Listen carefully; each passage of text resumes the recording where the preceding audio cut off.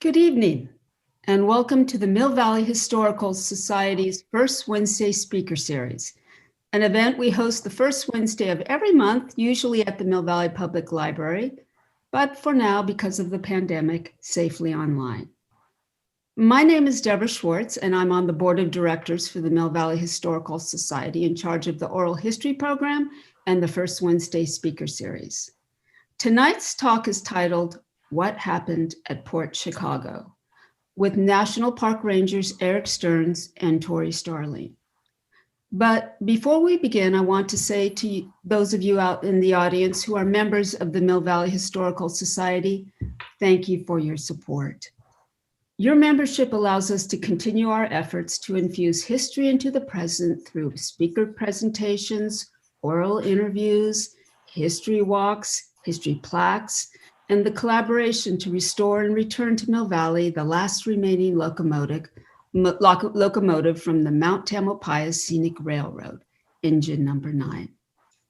For those of you who are not yet members, please join us. Membership ensures that you'll be alerted to future talks such as tonight's, and you'll hear about our annual Walk into History that takes place on Memorial Day weekend. You'll receive Chuck Olenberg's charming Mill Valley history vignettes via email, and you'll be updated about other historical events in our town and nearby. Membership to our organization is very affordable and just a click away on the Mill Valley Historical Society website. I love libraries. They give so much yet ask so little. We are so very fortunate to be partnered with the Mill Valley Public Library and thankful to continue our speaker series in this safe and accessible format. You can't see her, but helping to manage this event is history librarian Natalie Snoyman. As always, Natalie, we thank you for your help. For practical purposes, the audience must be muted for this webinar, but functional tools are located at the bottom of your screen to help us communicate with each other. If you can't see them now, just hover your cursor over the area and they should appear. Now look for the chat icon. The chat tool allows you to post comments, say hello to friends, and we encourage you to add substantive information during the presentation if you have something to offer.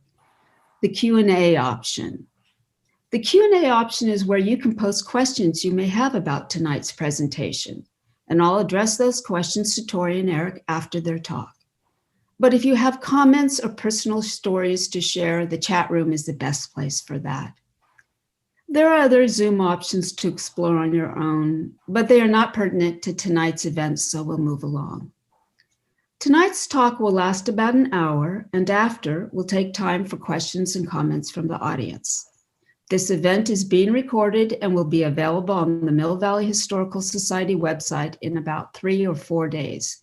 Just go to our website, click events, select First Wednesday Lecture Series, and you'll find tonight's recording as well as many others.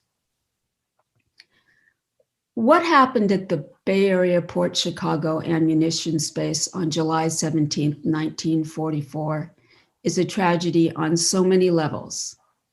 This horrific explosion was heard across the entire Bay Area. It destroyed 2 cargo ships, wrecked the Navy base itself, and damaged the small town of Port Chicago located just a mile away. Likely preventable, it killed 320 men, 202 of them Black men, injured hundreds more, and resulted in the largest mutiny trial in U.S. naval history. It was World War II's worst home front disaster, a disaster infused with racism and recklessness on the part of the white officers. Yet this event would likely have stayed hidden in the dark thicket of time if not for the survivors who so bravely shared their personal stories, and for people like Dr. Robert Allen, who traveled far and wide to interview and record these oral histories. I first learned about Port Chicago in Dr. Allen's qualitative research class at UC Berkeley. I was deeply moved by the personal accounts of the brave men of Port Chicago, who stood up to injustice and then paid a horrible price for it. I was deeply impressed with Dr. Allen's eloquence, honesty, and resolve. He was an example to all of his students. And on a personal note, it was the personal accounts of the survivors of Port Chicago, Dr. Allen, and his book about Port Chicago, published by Heyday Press, and the brave immigrants I interviewed for our class that started me on my course as an oral historian. Here to tell the story of the Port Chicago disaster and the subsequent mutiny, as it was called, are National Park Rangers Eric Stearns and Tory Starling. Eric Stearns began his work for the NPS as an intern in 2011.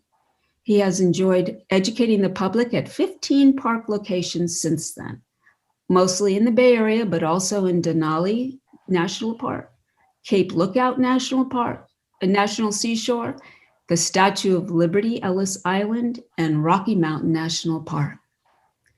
Tory Starling is a supervisory park ranger at Port Chicago Naval Magazine National Memorial and Eugene O'Neill National Historic Site. She has also worked with the National Park Service at John Muir National Historic Site, East Bay Regional Park District, and she's also worked at UC Davis as an educator and interpreter. So who better to talk about this very, very important story than Eric and Tory? So please give a warm welcome to Eric Stearns and Tory Starling.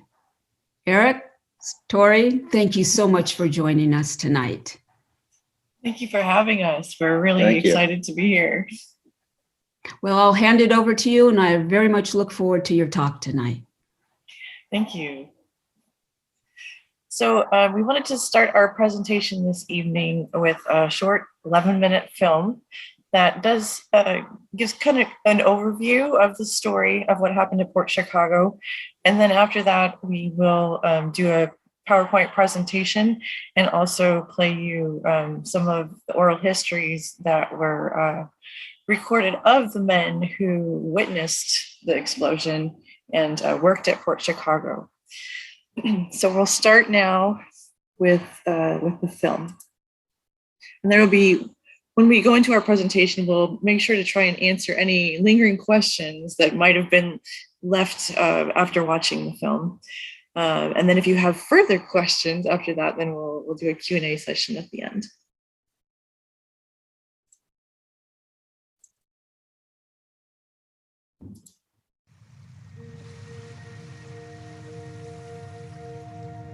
In our lives, there are moments, events, usually lasting a very short time, that result in irreversible change. As a people, we have a need to memorialize these events so that future generations will know and remember. July 17th, 1944, at 10:17 p.m., a peaceful, quiet California summer night, thousands of miles from the fighting of World War II, an event took place.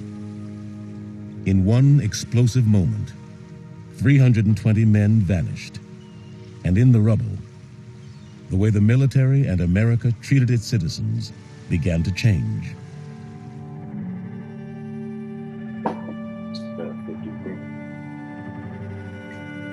Yesterday, December 7th, 1941, a date which will live in infamy.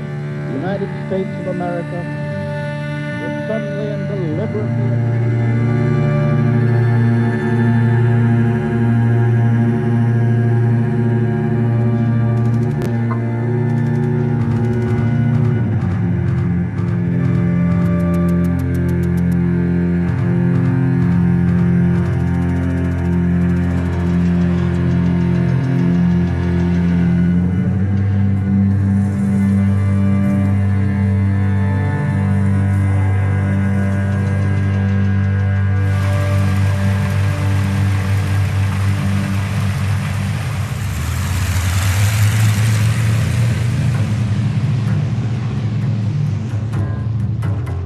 Most of the black sailors stationed at Port Chicago had enlisted hoping to fight the enemy.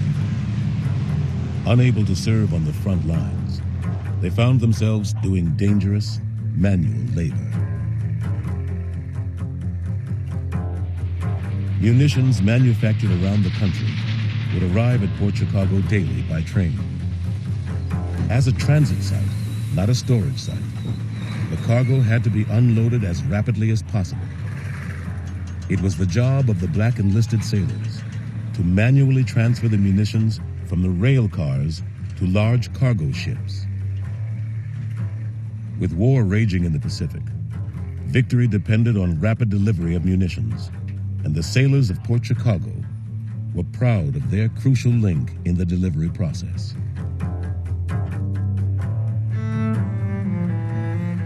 Ignoring standard safety practices, 2 ships were loaded at one pier.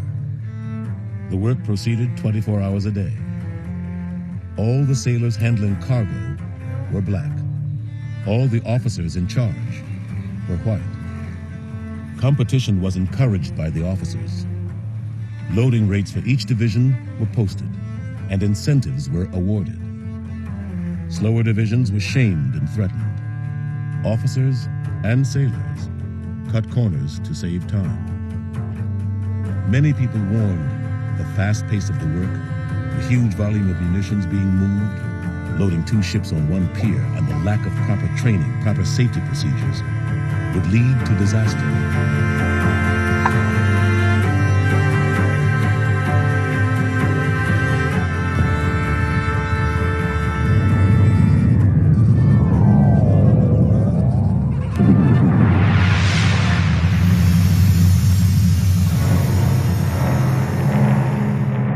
2 explosions, 6 seconds apart, ignited the night sky with a column of fire and steel rising 2 miles. The first blast was fairly small.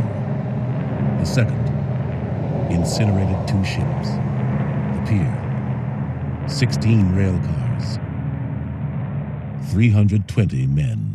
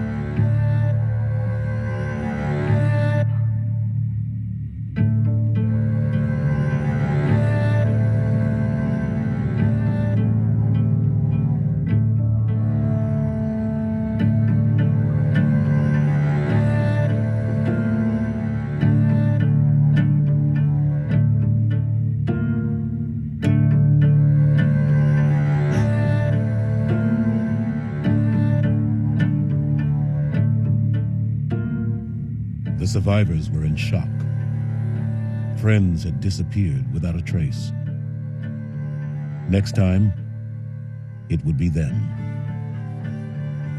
On August 9th, 300 black sailors were ordered back to work, loading munitions. Continued lack of training, unsafe working conditions, lack of any official explanation. Everyone believed another explosion would happen. The benefits of Navy life no longer outweighed the extreme danger of the work. Any order but that. Any order but that. After a peaceful confrontation, over 250 black sailors were arrested. The sailors were given the opportunity to put the so-called uprising behind them and return to work. About 200 reluctantly agreed, but were instead thrown in the brig. The 50 remaining black enlisted sailors who refused to load munitions were charged with mutiny. In time of war, punishable by death.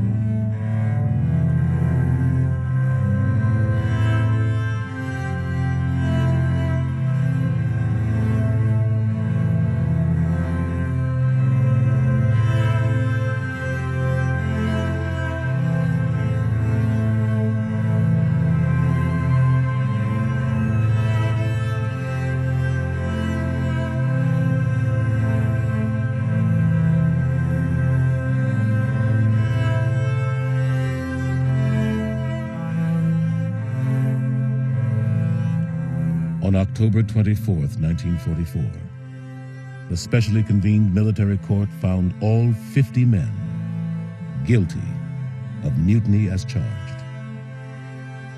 All were sentenced 8 to 15 years in prison and dishonorable discharge from the Navy.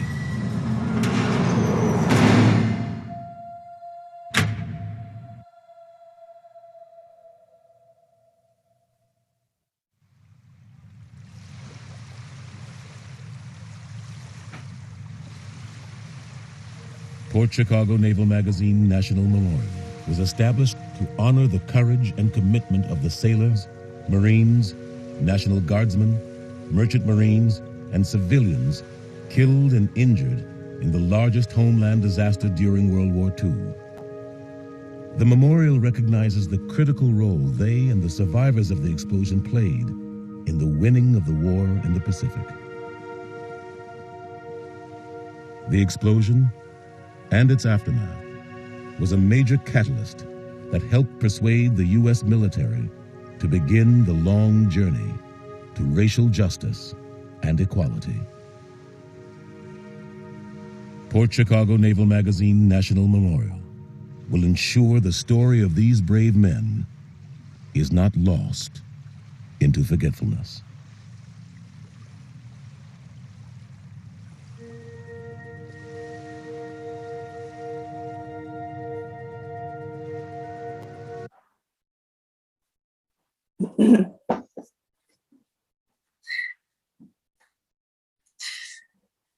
So the National Park Service, we take pride in sharing this story with visitors and with you all tonight. We feel that this story is important to tell, and it's important now, today, in this moment in history, because of the men who lost their lives in the explosion, the 50 men who stood up to racial injustice, and also because of its relevance and it was a very early moment in civil rights history. Most people are aware of Martin Luther King Jr., Malcolm X, and other civil rights leaders from the 1960s. But the struggle has been going on for a long time. It started way before the 60s and continues today. In the spring of 1941, A. Philip Randolph, who was a Black labor leader, threatened to march on Washington. And that prompted President Franklin Roosevelt to issue an executive order that banned discrimination in enlistees for defense industries. So African Americans were legally and officially encouraged by the president to enlist in the military. Following the bombing of Pearl Harbor, many African American men were emboldened to sign up and join the fight to protect our country. And for some, fighting in the war meant that they could win a double victory at home and abroad. The fight against fascism during World War II brought attention to the contradictions between America's ideals of democracy and equality in the way America treated its own citizens. These men joined the military to prove that African Americans deserved honor and respect. I like to paraphrase an observation made by Dr. Robert Allen in his book. He said that these men felt that they had to prove they were worthy of citizenship in their own country. When I read that, I had to really take a pause and think about that. Many African Americans were inspired by the bravery of Doris Miller. He was a mess attendant on the USS West Virginia during World War II. He was not trained for battle, but during the bombing of Pearl Harbor, he carried wounded soldiers below deck and then took over an anti-warcraft machine gun, shooting it until the ammo ran out. He was presented with the Navy Cross in 1942 by Admiral Nimitz, and he was posthumously awarded a Purple Heart. He's the only African-American, he was the first African-American to have the honor of being awarded a Navy Cross. He also is the only African American and the only non-president to have an aircraft carrier named after him. The Navy's stance was that African American sailors could not fight or serve on ships unless they were cooks or mess attendants, like Dory Miller. Military and Navy officials at this time did not yet believe it was safe or practical to desegregate their units. When African American sailors arrived at basic training, the rules immediately reinforced that African Americans were not going to be treated equally. There were separate bunks, mess halls, even separate blood supply. These men were not trained to be sailors or on ships as they expected. And when high-ranking officers visited the training, they did not visit or acknowledge the African American soldiers when they came to the base. Even leisure time was segregated, as you can see in the photo on the top right. This is a performance that everyone was attending, and you can see the seats are segregated in the theater. The Great Lakes Training Center did not include any loading or handling of munitions in their training practices and curriculum. So Port Chicago Naval Magazine was the largest munitions shipping facility on the West Coast during World War II. It was also the first to allow African Americans, or first naval port to accept African Americans to enlist. This port was critical during the war in World War II. Pretty much everything that went to the Pacific Theater went through Port Chicago. These guys were continuously dealing with prejudice and racism from their peers and supervisors. And so imagine they were stationed at Port Chicago and they were put to work loading munitions without the appropriate or necessary training. Also, to make things a little more challenging, the officers were betting on how fast these guys could load the munitions. They were loading at rates that were equivalent to the longshoremen of San Francisco. So these guys were going pretty fast. It was a 24-hour-a-day operations, 8-hour shifts, so 3 8-hour shifts, and it was go, go, go. Excuse me, Eric. We're not seeing any images. We don't see any photos. Oh, no. Yep. New share. Thank you for letting us know. Maybe you could show, if we've missed some, we'd love to see them. Yes. Are you able to see it now? Yes. We can backtrack real quick. Yeah, we'll backtrack. Go back, yes. Thank you. I'll paraphrase them real quickly. Yeah. Okay, great. Sorry about that. I was like, oh no. Right, oh no, the whole thing. Okay, so you guys know Martin Luther King, of course. A. Philip Randolph. A. Philip Randolph. And so basically what was going on here, as Tory mentioned, this allowed African Americans to enlist by threatening a protest. And then, of course, the double victory. And so this is a good photograph. The double victory campaign even goes back to World War I, where as Tory mentioned, a fight not only to win the war, but also when they got back from battle to get respect for fighting alongside white officers. So when they got back to the home front. And then Dory Miller, you can see him being pinned the Naval Cross by Admiral Nimitz in the photograph. And then he also became a poster child to recruit folks to African Americans to join the naval service. Miller did die, as Tory mentioned, in a ship that was sunk by the Japanese.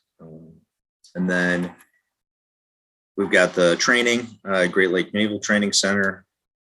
And then Tory was mentioning the photograph here where you can see the theater. One side is all African American, the other side all white. Also in the trainings, as she mentioned, different trainings. Training on a small tugboat compared to a real ship, or not even be talked about loading munitions. And then a photograph of the guys loading. And then this next one, once again, showing the guys loading munitions. This is out in and out of the boxcars. And we were talking about the training, the officers betting on how fast they would load. And then, of course, you guys know the explosion happens. This is a picture of four of the guys that survived the explosion. And as you can imagine, how the explosion happened, we'll kind of touch briefly on that in a moment. Like, what did happen? And what we're going to do next, and this ties right into Deborah's interest of the oral histories. We were very fortunate that we were able to record some of these men's voices. These are guys that were there when the explosion happened, that were stationed at the base. They survived the explosion, of course, but this is a story that was kind of lost in history for a while, and we were fortunate when the story kind of reappeared, which we'll talk about later. These guys, we were able to collect their stories. So Tory's going to play a video. It will be inside of one of the boxcars. That's one of the boxcars that you can see if you go on the tour. And it's one of the ones that these guys will be loading munitions in and out of. The guys that you're going to hear on the oral history are Percy Robinson, Albert Williams, Joe Small, DeWitt Jameson, and Robert Roth, all who worked at Port Chicago during World War II. And if you want to hear the entire collection of oral histories that were recorded at this time, they're on our website, and we'll share some links with you later on. Yeah. Here in the magazine area, safety precautions were rigidly followed at all times. Oh, man, I tell you. I don't know, it made you kind of nervous. You always was uneasy about handling all that ammunition, bombs, torpedoes, whatever. We sent everything out of this, from 30 rifle cartridges all the way up to 2,000-pound blockbusters, we call them. The first time I saw any ammunition was when we were called out of the barracks and lined up and marched to the dock. Our specific jobs were explained, and we took it from there as best we could. My job basically was to load ammunition with the crew which worked in the hold of the ship. You be down in the hole. Here come them big bombs and things coming down the rampway they had built. But sometimes they let it come down too fast. And they hit together and they made a loud noise. You hear this all night long. Boom, boom, boom, boom, boom, boom. And that would almost give you a heart attack. Yeah, you would almost have a heart attack. And so we used to ask them sometimes and say, is it any danger this ammunition explode? They say, oh, no, don't worry about it. Say, it's not live. Say, don't have no detonators in them. We were told that it wasn't dangerous. We had no knowledge whatsoever of ammunition. And we just took the words of those that said it wasn't dangerous. We was not trained to load ammunition. We would take ammunition, we'd take a crowbar. When we had to go so high, we'd take that crowbar and push that ammunition up there because they told us it would not explode because it didn't have no detonator in it. Here in the magazine. So pretty powerful to hear the words from the guys that were there in their mouths, or we were able to record their stories. And think about that is, 40, 50 years after the event happened. And that the 360 was inside of the boxcar, inside the revetment. These were where these guys were working when they were loading the munitions in and out of the boxcars. And so, unfortunately, on July 17th, as you can see, the equivalent sea of 4,606 tons of detonation on the ships, 16 rail cars, 320 die instantaneously. 390 are wounded in the surrounding area. About 250 were stationed on the base, and then the rest would be civilians that were injured in the areas. The farthest injury away was 15 miles away in Vallejo. That was from flying glass. A lot of the injuries from glass flying, windows blowing out from the explosion. And the last statistic on there, 202 were African Americans, which it's crazy to think about. That was 15% of the total African Americans that were killed in World War II. Imagine not all African Americans who signed up for duty got to see the front lines. Some of them ended up in situations like these guys, being stevedores, loading munitions on and off the ships. Overall property damage from this explosion, they estimate about 10 million in property damage. And so this is a photograph of the damage from the explosion. Also damage of the base in the photograph here. And then in the other photograph, this is the barracks. This was about a mile away from where the explosion happened. Inside the photograph, it's kind of tough to see. There's some of the guys, they're poking their head out the windows of the barracks. We've got to hear many of their oral histories of guys that were in the base and being thrown against the wall or hitting the ceiling.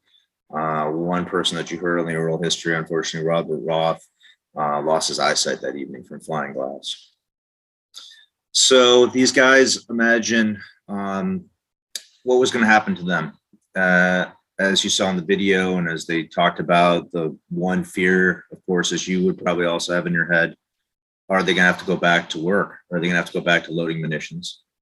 And so these guys were sent over to Camp Shoemaker and Stoneman to sit there and kind of, they were wondering what was going to happen next. They had seen if you were white and you were stationed down there, you got 30 days bereavement or 30 days off.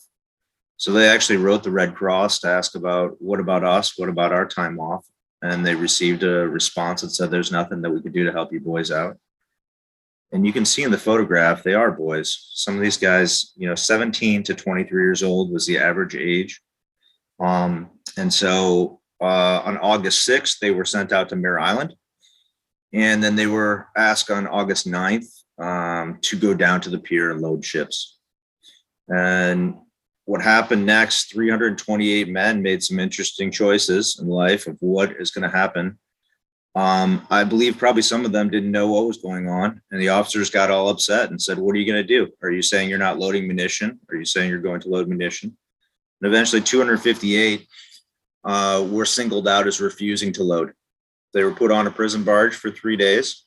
While they're on the barge, they talked about it, of course, thought about what was going to happen, what was going to be the penalty. Before they were put on the prison barge, though, this is what they were told by Admiral Wright. He said, they tell me some of you men want to go to sea. I believe that's a lie. I don't believe that any of you have the guts to go to sea. I've handled ammunition for approximately 30 years, and I'm still here.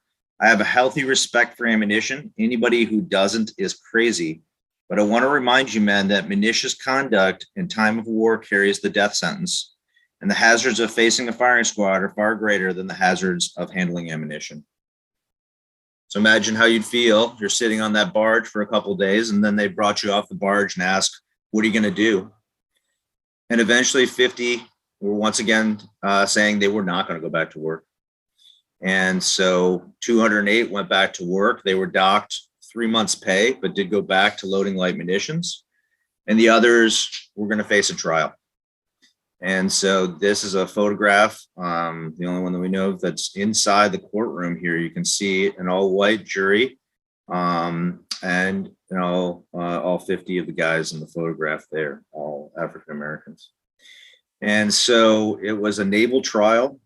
These guys, I think they kind of got a clue at the beginning that this was not possibly going to be a good outcome. So some of them wrote to their families, telling them it looked like they were in a bad situation. Some of these families then wrote the NAACP and asked for assistance. And a gentleman named Thurgood Marshall, who you might be familiar with, the first African-American Supreme Court Justice. Later, he was the lead legal assistant for the NAACP at the time. And he actually wrote the Secretary of the Navy, James Forstall, to ask to sit in on the remainder of this trial. So in October of 1944, he came and he sat in the trial. And here's a picture of Thurgood Marshall. And here's one of his quotes. He said, "This is not 50 men on trial for mutiny. This is the Navy on trial for its whole vicious policy towards Negroes." And he was not allowed to represent them, but what he was doing is he was walking out of the courtroom and talking to the media after. And so this would be able to be published in African-American newspapers, local newspapers, national newspapers, what was going on in this trial. Of course, the war was still going on. He was later allowed to appeal the case. So some of it, he was trying to collect information for appeal of this decision. Unfortunately for these men, on October 24th, 1944, they received the sentence of 8 to 15 years hard labor. They were sent down to Terminal Island, which is down in Southern California, for the remainder of the war. So they were in federal penitentiary for the rest of the war. Thurgood Marshall appeals the case in the summer of 1945, but to no avail. The war continues on, and the war ends finally. And then what happens to these guys? Interestingly enough, many different people obviously had touched the highest levels of the political spectrum. So Franklin Delano Roosevelt, his wife Eleanor Roosevelt, had known about this story. Eleanor Roosevelt had earlier in the year sent a letter to the Secretary of the Navy, James Forstall, and also the NWC's pamphlet about the case, and left a handwritten letter about maybe think about how these guys are treated. And so after the war ends, interesting enough, the Navy actually releases these guys a silent private ceremony. So none of them spend the 8 to 15 years of hard labor, as you saw in the film. It kind of makes you wonder what happened to these guys. And by 1946, in the beginning of the year, all 50 have been released from prison. Some actually go back into service, and some we don't know the stories, but imagine when they were done with their service, they were given a service less than honorable discharge. And so this meant that they did not receive some of the benefits or receive a GI Bill. So what happened to some of these guys or how this wrecked their lives is some of those stories, unfortunately, we don't know.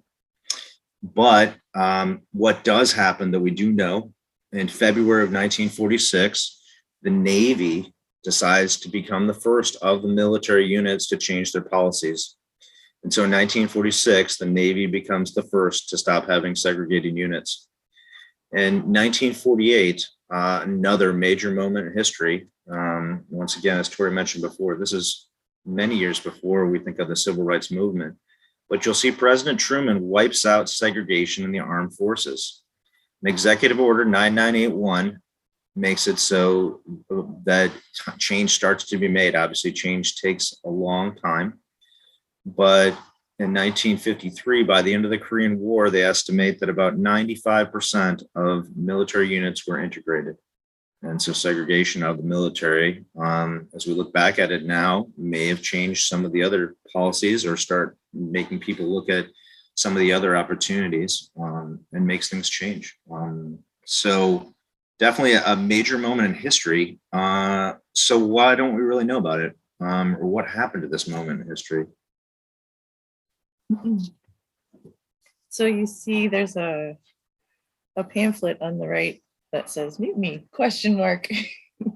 And such a pamphlet was discovered by Dr. Robert Allen, and he wondered what did happen at Port Chicago, and that started him on a decades-long journey of investigation and research and trying to find out what happened.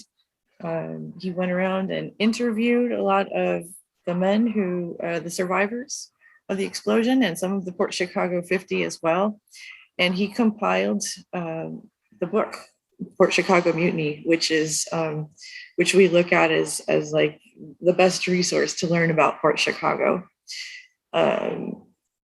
He went around traveling around the United States, gathering stories of these men, and also founded a group called the Friends of Port Chicago National Memorial, which is our Park Friends group.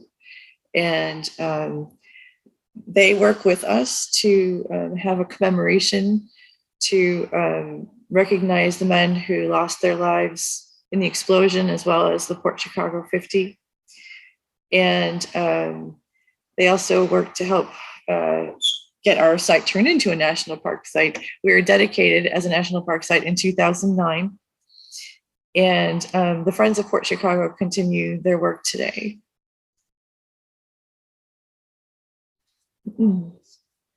One of the men who was charged with mutiny, Freddie Meeks, petitioned President Clinton for a pardon. It was a long process where he had to go through a lot of legal documents and hoops in order to petition for that pardon. And he did receive that pardon in 1999. He was the only one of the Port Chicago 50 that petitioned for a pardon. Many others chose not to try and pursue a pardon because they felt that asking for a pardon was saying that they did something wrong. Freddie Meeks, however, saw it as a way to talk about the story and make sure that it didn't disappear. He felt that it was important that people knew what happened at Port Chicago.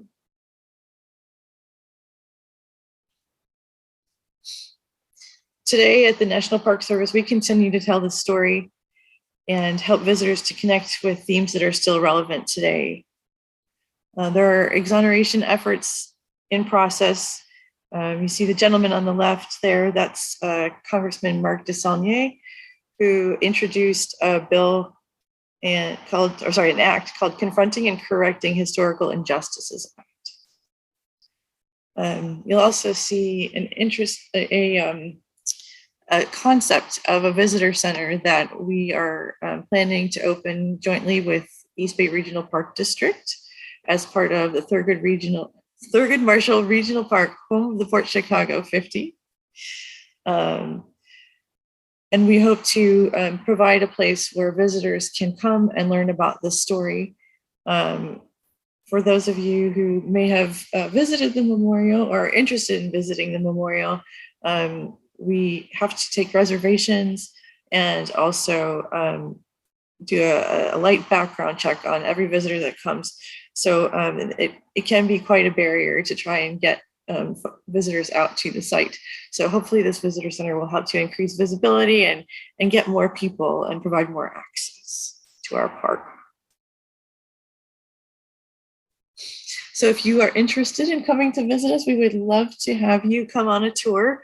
You can contact us through our website or give us a call, and we're happy to schedule a tour. And we're going to start doing tours again toward the end of May. So we'd love to hear from you and see you in person at our site. Yeah, tours. If you go on the website or if you just call, we can put you on a list that helps that process work maybe easier. It's tough to say. We talk to the Army on a weekly basis. One of the things that makes it interesting is, of course, all this history was Navy, but the Navy turned over the operations of the tidal area of where the base is to the Army. And so since the early 2000s, the 834th Transportation Battalion with the Army is working out there. And so when they're working, we're not allowed to take visitors out to the memorial. And so just contact us and we'll tell you when the next tours are. And like Tory said, hopefully we'll be able to do tours again in late May. And then we can talk to you more about details of trying to get you guys on tours in the future, if you have not been already. And then like Tory was saying, the great thing about a future visitor center with East Bay Regional Parks will be that we'll have a destination. So even if the Army is active, we'll have a location to do education, outreach, do programs, have a place for people to visit that are coming from all over the United States and the world, and all sorts of good stuff. And beautiful exhibits. Yes, and then East Bay Regional Parks has a lot of other land that they'll be working with. So they have plans. So check out their website on details of what they're going to do with all the extra land that ends up on their property. So.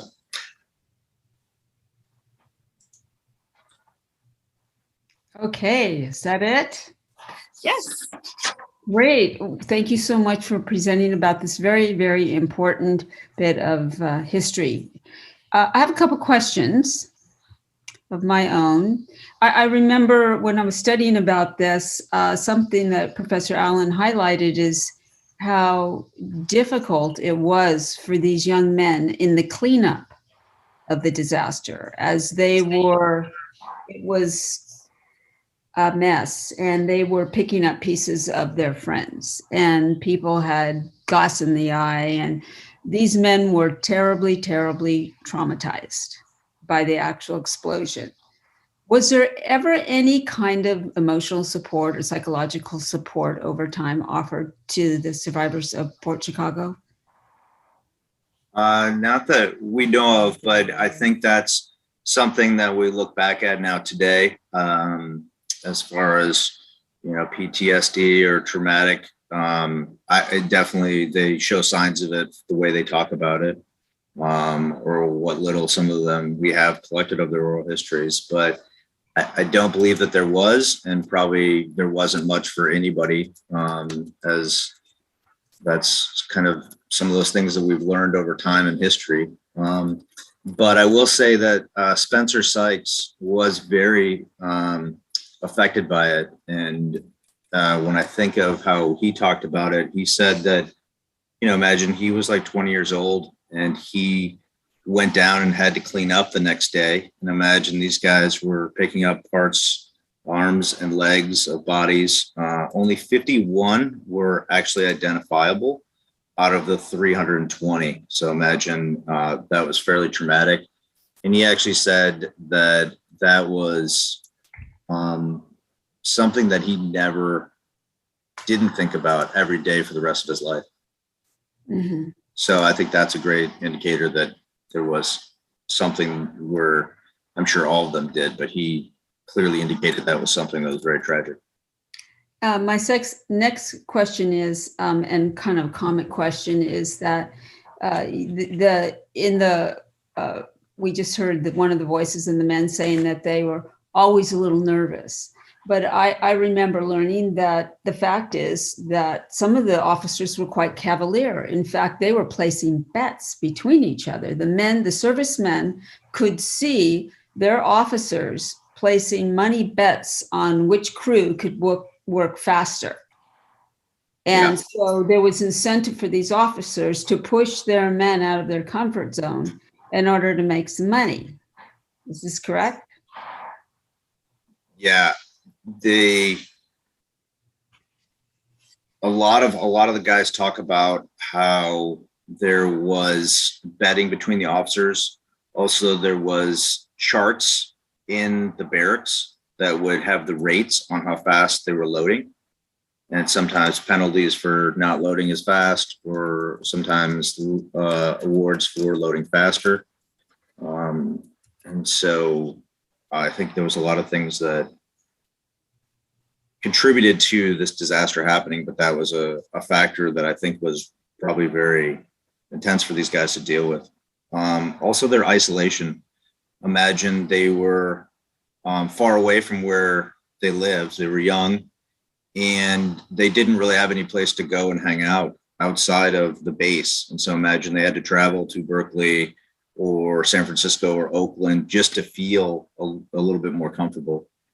Albert Williams talks about being chased in uniform in San Francisco, and after making friends with some of the white sailors, and he said he just got himself a big novel, and on his liberty days or his days off, he just stayed at the base and just read. Mm-hmm.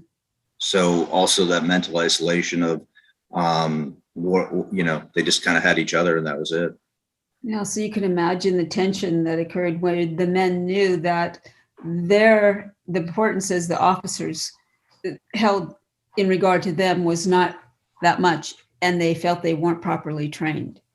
So the entire time they're working, they're probably very nervous. This is their greatest fear realized, and they don't even have any time to take off after cleaning up the parts of their friends and pulling the gloss out of their bodies, before they get put right back to work with no discussion or regard for what just happened. The question that I keep asking myself is, why would you go back to loading munitions after that? Mm-hmm. Yes. Other than just out of fear of reprisal. And what it may not be so easy to appreciate these days is that being dishonorably discharged was a stigma that followed you for the rest of your life. This was without any of the benefits. Yeah, I think one of the most fascinating people that Robert Allen was able to interview was Joe Small. And Joe Small was a little bit more mature. He was 23 years old, and probably would have been one of the guys that would have went up in the ranks if not for the color of his skin. And so he was keeping the guys in line and getting them up and ready to go, and making sure guys didn't get in trouble. And then when he was on the prison barge, he kind of gathered the guys together and said, "Hey, let's stay in line and not get in a fight or get in trouble or make this worse." And because he did that, he was kind of singled out as the ringleader of the group. And when questioned about mutiny, he simply said, "Hey, I thought that was you had to be on a ship. You had to overthrow the authority, take over the ship." And so I think these guys were really surprised. We have a question here from Nancy. What distinguished the men who died from those that survived?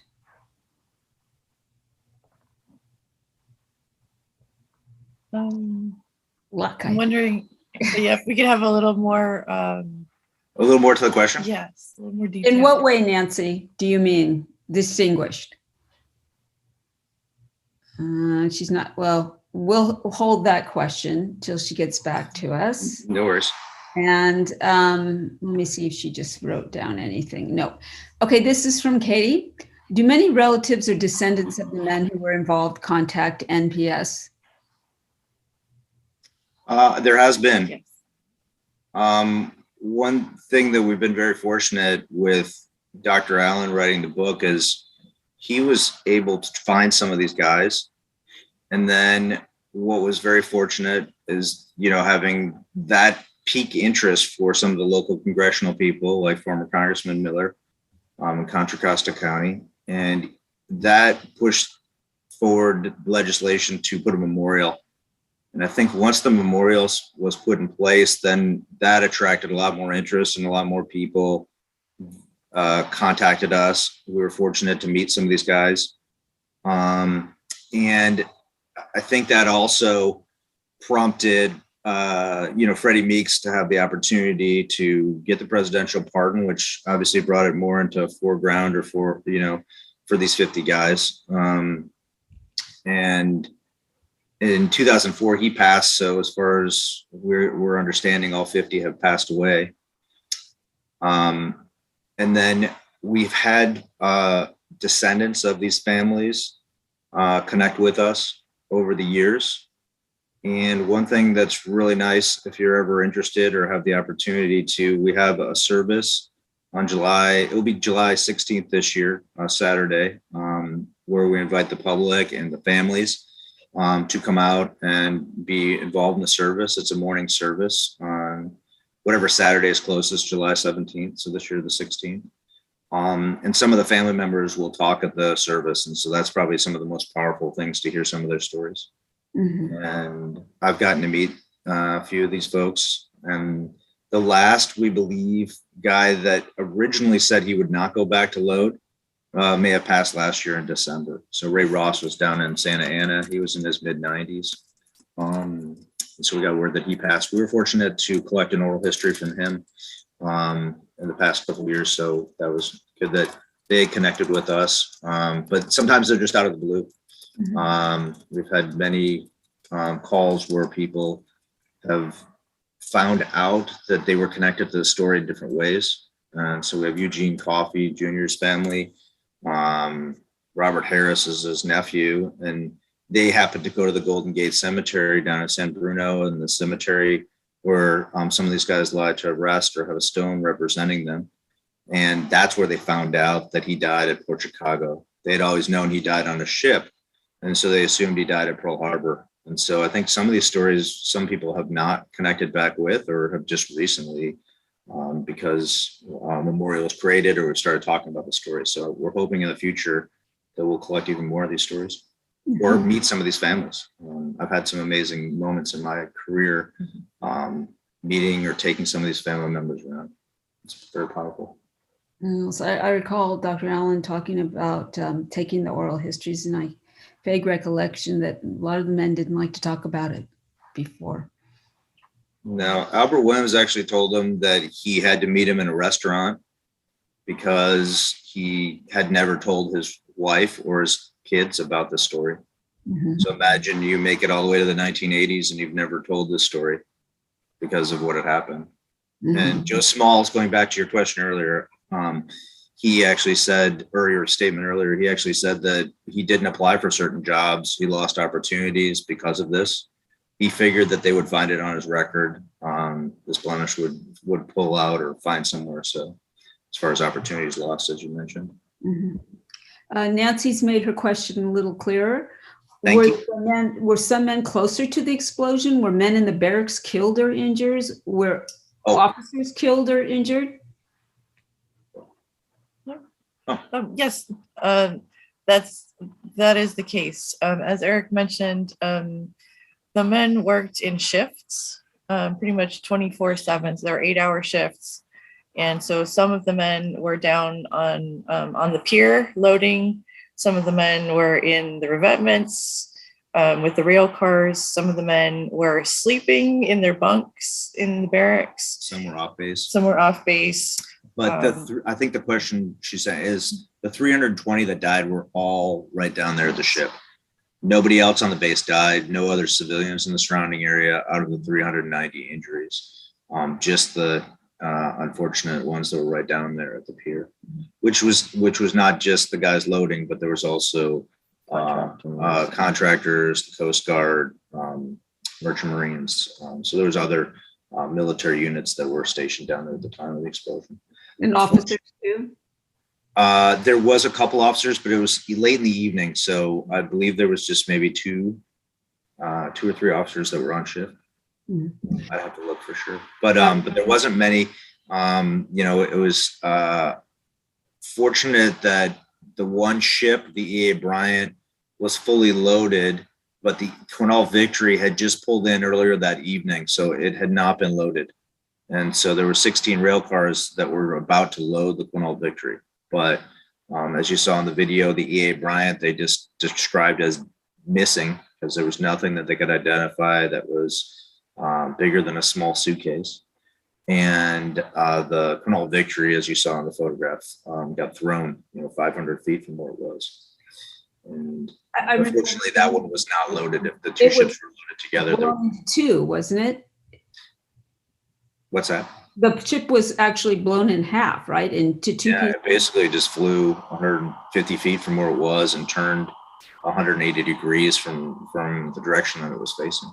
And then there was a crater that was created that was 66 feet deep, and it was 300 feet wide and 700 feet long. So there were pieces of debris that flew 2 miles high. There was a plane that was flying overhead, a military plane that was at 9,000 feet that said it had pieces that flew above it that were red and orange in color. And it looked like the 4th of July.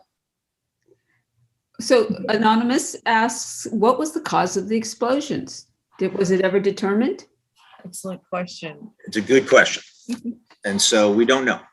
Unfortunately, everybody died. I'll briefly kind of just paraphrase the 6 probable causes that the Navy came up with after investigating. Basically, presence of an element that was detonated in the course of handling. Number 2, rough handling by an individual or individuals that may have occurred at any stage of the loading process. Number 3, failure of handling gear, such as the falling of a boom, the failure of a block or a hook or parting of a whip. Number 4, the collision of a switch engine with an explosively loaded car, probably in the process of unloading.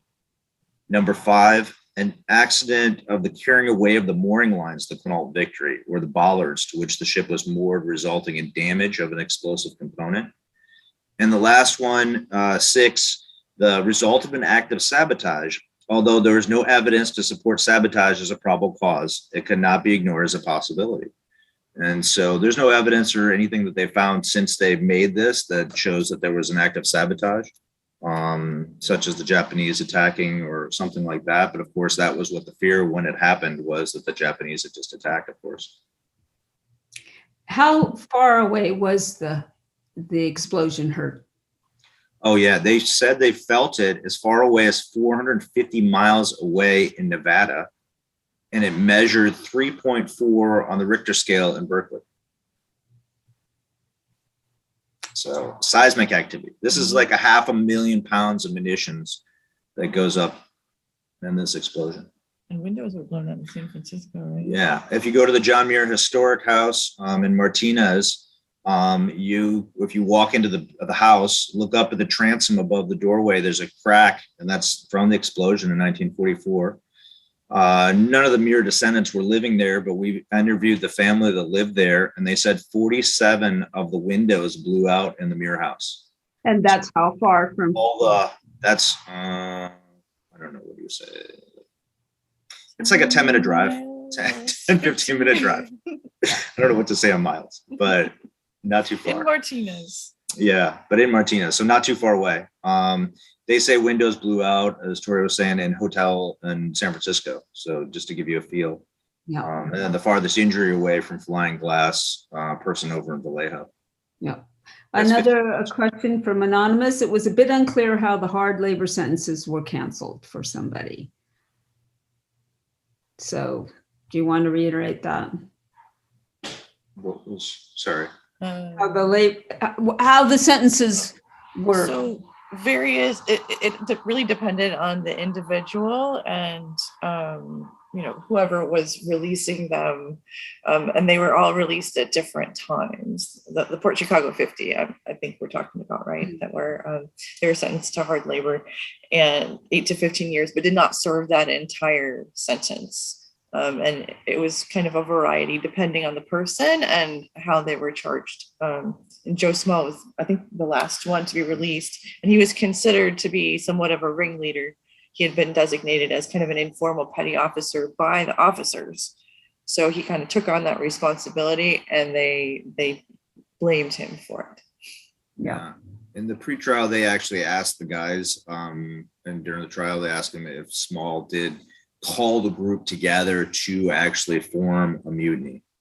And so it definitely was one of the things that they were trying to possibly pin on him or say it was kind of his fault why these guys decided to continue to say they were not going to load.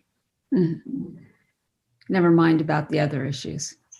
Yeah, right. Well, we're treating the guys as individuals, not just as one person. Right. Right. That.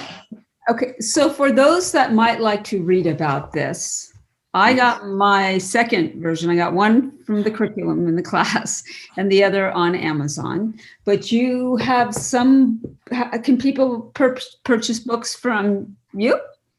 They can purchase them from the Friends of Port Chicago. Mm-hmm. They sell them at the commemoration ceremony. They also have an Audible version of the book that's available. And that's kind of neat because Jason Felsbrick, his uncle dies in the explosion, and he actually does the Audible book. They just put it out last year. Mm-hmm. So he did the reading of the book. Yeah. Mm-hmm. Great. So very powerful. If we have any other questions, now's the time. I don't see any open questions. So I will proceed. First of all, I want to thank you both again for talking about this very, very important story. It's amazing that more people don't know about it. I'm amazed that, and I'm older, when I went to Berkeley, closer to, my birthday wasn't some years after this happened, but still it was news to me, and it really shouldn't be, especially since this is a local event. So I think it's very, very important what you're doing, keeping this story alive, helping us to understand the price that Black servicemen paid that these men did pay for standing up for themselves and for justice and the eventual consequences. So thank you so much. I look forward to coming for a tour. We look forward to having you, and thank you for having us on tonight. We really appreciated it, and it was a pleasure. Yeah, and thank you for the introduction and your connection to the story. And Yes, well, I have a feeling we'll be seeing you two again in the future. yeah. Anyway, thanks again. And for those of you in our audience who have been enjoying our weekly email history vignettes composed by local historian Chuck Ohlenberg, you'll be very pleased to hear that these vignettes have been bound into a new book called Mill Valley History Vignettes, Volume 2. It's a compilation of 152 of Chuck's most recent vignettes. Volume 2 makes a wonderful companion to Chuck's original book, Mill Valley History Vignettes, which continues to be available in our Mill Valley Historical Society bookstore. And also available is Adventures of Two Coast Miwok Children, written by my dear friend and fellow board member, Betty Girk. This beautiful book brings alive Marin County's Coast Miwok legacy as it explores the daily lives of a real boy and girl who lived in neighboring villages on San Francisco Bay in the late 1700s. The little boy in the story is named Week Musa, but he would grow up to be known as Chief Marin County's namesake. This is a precious and truly beautiful book and a great gift for children and adults. And finally, before we go tonight, I have to announce, and I'm a little sorry to announce, that tonight, this is our last First Wednesday presentation with dear history librarian Natalie Snoyman. And our loss is UC Berkeley's gain, however, because Natalie will be soon working there as an archivist at the Environmental Design Department. Working with Natalie has been amazing. Her enthusiasm, professionalism, and genuine interest has made our collaboration productive and satisfying. We will miss you, Natalie. I will miss you. Thank you for everything. And can we see you, Natalie? Are you there? Oh. I am here. It's very dark. Okay, Thank you, Natalie, so much. We wish you the very, very best, and you will be truly missed. Thank you, Deborah, and thank you to Tory and Eric. It's been a great presentation. I enjoy listening in to all of them, so thank you for being just one of the many great and interesting ones. I appreciate it. So with this in mind, with Natalie leaving us, we're going to need a little time to regroup. So we won't be having our May 1st Wednesday talk, but we will see you on June 1st for Poppy Talk, the luminous relations of the California poppy and human populations of the Bay Area, with historian Richard Schwartz. No relations to me. This may be odd, you may think, to view history through the eyes of a flower or the lens of a flower, but it's not really. It's very, very interesting way to look back at the changes in our culture and in our land just by looking at the poppy. Okay, well, that's it. I want to say thank you to the audience for your interest and patronage. Be well and good night.